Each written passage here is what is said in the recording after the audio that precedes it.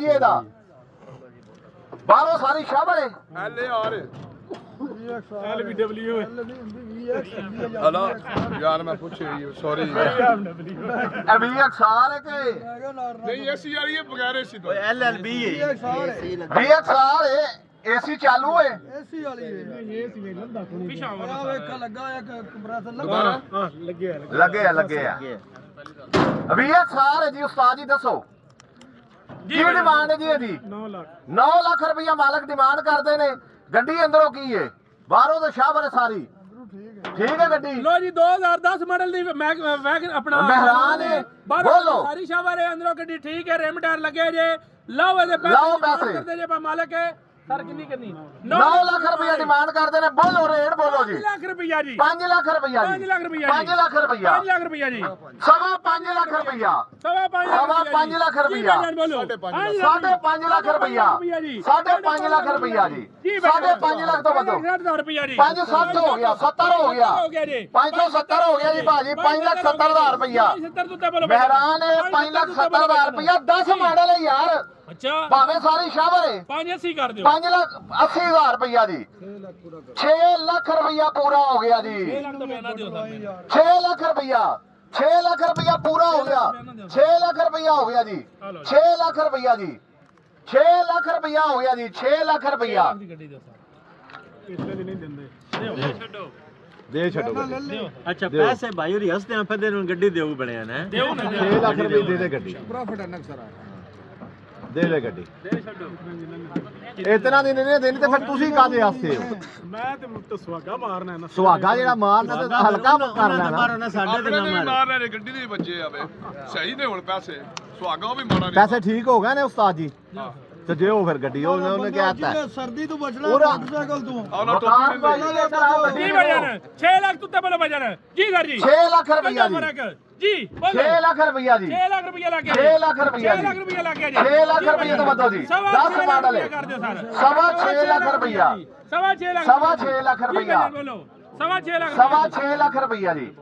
ਸਵਾ 6 ਲੱਖ ਰੁਪਇਆ ਹੋ ਗਿਆ ਜੀ ਸਵਾ 6 ਲੱਖ ਤੋਂ ਉੱਤੇ ਆਓ ਯਾਰ 6 ਲੱਖ ਰੁਪਇਆ ਜੀ ਸਵਾ 6 ਲੱਖ ਰੁਪਇਆ ਗੱਡੀ ਸ਼ਾਹਬਰ ਹੈ ਸਵਾ 6 ਤੋਂ ਉੱਤੇ ਕੋਈ ਵੀਰ ਹੈ ਸਵਾ 6 ਲੱਖ ਰੁਪਏ ਦੇ ਉੱਤੇ ਕੋਈ ਹੈ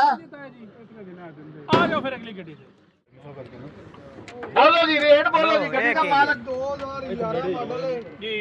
ਬਾਹਰੋਂ ਇੱਕ ਸਾਈਡ ਨਹੀਂ ਦੂਜਾ ਛੋਟਾ 20 ਲੱਖ ਡਿਮਾਂਡ ਠੀਕ ਹੈ 2011 ਮਾਡਲ ਹੈ ਲੋ ਤੂੰ ਇਰਸ਼ਦ ਖਾਨ ਮੈਂ ਰੱਖ ਲਿਆ ਲੋ ਜੀ 2011 ਮਾਡਲ ਹੈ ਬਾਹਰੋਂ ਸ਼ਾਹਬਰ ਹੈ ਅੰਦਰੋਂ ਸਾਰੀ ਪਿਨ ਪੈ ਕੇ ਜੀ ਸਵਿਫਟ ਹੈ DLX ਹੈ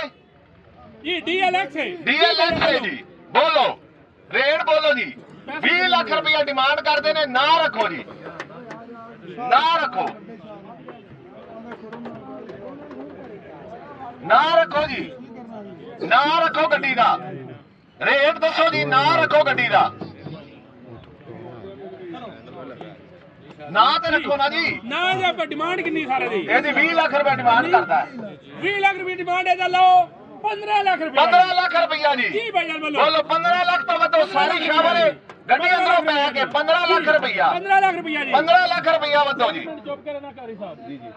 ਔਰ ਮੇਰੇ ਤੇ ਮੈਂ ਉਹ ਰਾਈਡਿੰਗ ਕਢਾਓ 90 ਕਢਾਣੀ ਕਿ ਦਿਲਬਣੀ ਨਾ ਬਾਇਓ ਕਿ ਚੀਜ਼ ਚੁੱਜ ਲੈ ਸਾਰੇ ਵੀਰ ਭਰਾ ਮਿਹਰਬਾਨੀ ਮੈਂ ਮੋੜ ਤੁਹਾਨੂੰ ਨੇ ਗੱਡੀਆਂ ਦੇ ਪੁਸ਼ਲ ਪਟਣਾ ਛੱਡ ਦਿਓ ਗੱਡੀ ਤੋਂ ਨਹੀਂ ਛਾਲ ਬਣੀਏ ਤੇਲਾ ਦੇ ਹੁਕਮ ਨਾਲ ਗੱਡੀ ਵੀ ਮਾਰੇ ਨਹੀਂ ਲੱਭੇ ਦੀ ਤੇ ਬੋਲੀ ਲਾਇਆ ਕਰੋ ਇਹ ਟੋਲੇ ਨਾ ਬਣਾਓ ਇੱਥੇ ਆ ਜਾਓ ਸਾਡੇ ਕੋਲ ਬੜੀ ਮਿਹਰਬਾਨੀ ਹੋਵੇਗੀ ਕਮ ਕਮ ਨਾ ਵੀ ਬੋਲੋ ਮੇਰਾ ਬਹੁਤ ਪਸੰਦ ਜਿਸ ਤਰ੍ਹਾਂ ਦੇ ਸਾਨੂੰ ਸੁਣਨੇ ਵਾਲਾ ਖੜੇ ਆ ਤੇ ਬੜੀ ਮਿਹਰਬਾਨੀ ਤੁਹਾਡੀ ਹੋਵੇਗੀ ਉਹ ਨੇੜੇ ਨੇੜੇ ਆ ਜਾਓ ਸਰ ਮੇਰੀ ਹੈ ਲੋ ਜੀ ਭਾਜੀ ਬੋਲੋ ਹੁਣ 15 ਲੱਖ ਰੁਪਇਆ ਮੁੱਲ ਲੱਗਿਆ 15 ਲੱਖ ਰੁਪਇਆ ਮੁੱਲ ਲੱਗਿਆ ਜੀ ਬੋਲੋ ਬੋਲੋ ਰਤਾ ਕਲਰ ਹੈ ਬਾਹਰੋਂ ਸ਼ਾਵਰ ਹੈ ਅੰਦਰੋਂ ਗੱਡੀ ਪੈ ਕੇ 11 ਮਾਡਲ ਹੈ DLX ਜੀ ਭਾਈ ਬੋਲੋ ਬੋਲੋ ਹਾਂ ਜੀ ਸਰ ਬੋਲੋ ਜੀ ਬੋਲੋ ਯਾਰ ਰੇਟ ਬੋਲੋ 15 ਲਾਇਆ ਜੀ 15.5 ਹੋ ਗਿਆ ਨਿਰਾਜ ਮਰੁੰਡਾ ਖਾਣ ਆਇਓ 15.5 ਹੋ ਗਿਆ ਬੋਲੋ ਬੋਲੋ ਜੀ 15.5 ਹੋ ਗਿਆ 15.5 ਹੋ ਗਿਆ 15.5 15.5 ਹੋ ਗਿਆ ਜੀ 15.5 ਹੋ ਗਿਆ ਜੀ ਭਾਈ ਜਾਨ 15 ਲੱਖ ਆ ਵੇਖੋ 15.5 ਨਹੀਂ ਕਰ ਦਈਏ 80 ਕਰਨਾ 15 ਲੱਖ 80,000 ਰੁਪਇਆ 15 80 ਹੋ ਗਿਆ 15 ਲੱਖ 80,000 ਰੁਪਇਆ ਦੇਖ ਲਓ ਇਸ ਮਰੁੰਡੇ ਦਾ ਫਰਕ ਹੈ ਕੋਈ ਨਾ ਫਰਕ ਹੈ ਅੱਛਾ 70 80 ਕਰ ਦਿਓ 80 ਕਰ ਦਿੱਤਾ ਜੀ 15 ਲੱਖ 90,000 ਰੁਪਇਆ ਕਰ 15 ਲੱਖ 90,000 ਰੁਪਇਆ ਹੋ ਗਿਆ 15 ਲੱਖ 90,000 19 ਲੱਖ ਦੇ ਹਲੇ ਯਾਰ ਸਾਰੀ ਪੂਰੇ 16 ਲੱਖ ਦੀ ਦੇਣੀ ਹੈ 16.5 ਦੀ ਦੇਣੀ ਹੈ 16.5 ਦੀ ਦੇਣੀ ਹੈ ਆ ਜਾਓ ਅਗਲੀ ਗੱਡੀ ਤੋਂ ਬਾਅਦ ਸਾਡੇ